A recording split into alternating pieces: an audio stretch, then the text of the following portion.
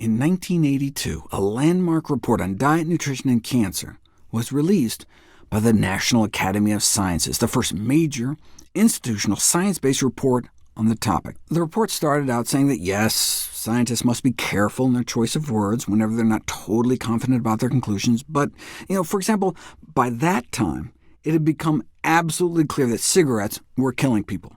But had the population been persuaded to stop smoking when the association between lung cancer was first reported, these cancer deaths would not now have been occurring. If you wait for absolute certainty, millions of people could die in the meanwhile. That's why sometimes you have to invoke the precautionary principle. For example, emphasizing fruits and vegetables may reduce the risk of several common forms of cancer. We're not completely sure, but there's good evidence. And what's the downside of eating more fruits and vegetables? So why not give it a try? The 1982 National Academy of Sciences report continued, the public is now asking about the causes of cancer that are not associated with smoking. What are these causes, and how can these cancers be avoided? Unfortunately, it's not yet possible to make firm scientific pronouncements about the association between diet and cancer. We're in that interim stage of knowledge similar to that for cigarettes 20 years ago. Therefore, in the judgment of the committee, it is now the time to offer some interim guidelines on diet and cancer. For example, they raised concern about processed meats, and 30 years later it was confirmed. Processed meat was officially declared carcinogenic in humans. Maybe if we had listened back then, maybe we would have been spared Lunchables, which, if taken apart, as CEO Philip Morris describes reading, the most healthy item in it is the napkin.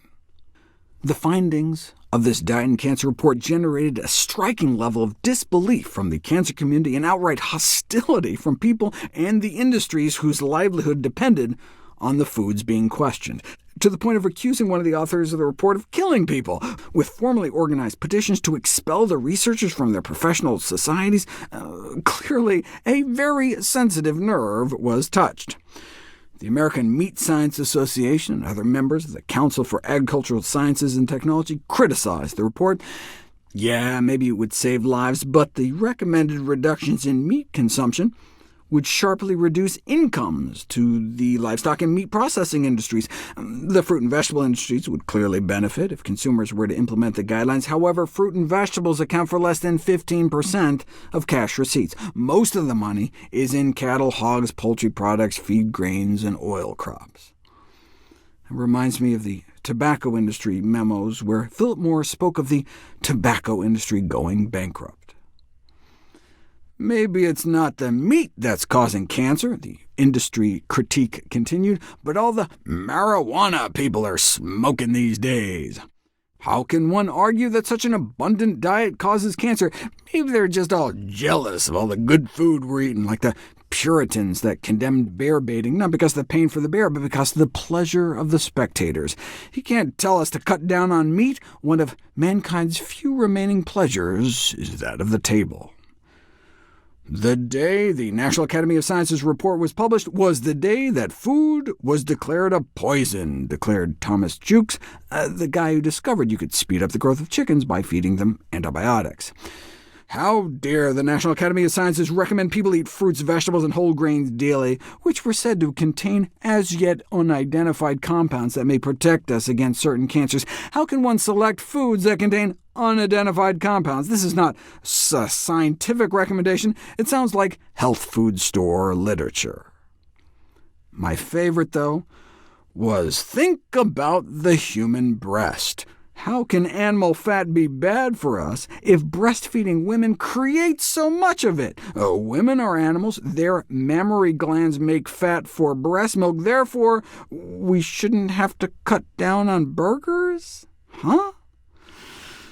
So anyway, what does the latest science tell us about nutrition and cancer?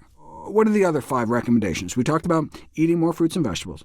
Consumption of soy products may not only reduce the risk of getting breast cancer, but also surviving it.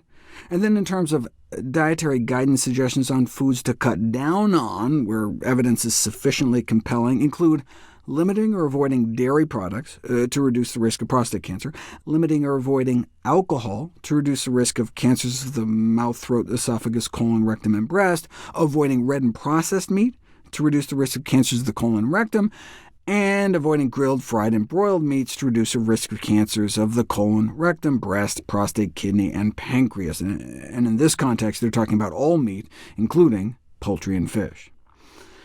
Look, we all have to make dietary decisions every day. We can't wait for the evolution of scientific consensus, and until we know more, to protect ourselves and our families. All we can do is act on the best available evidence we have right now.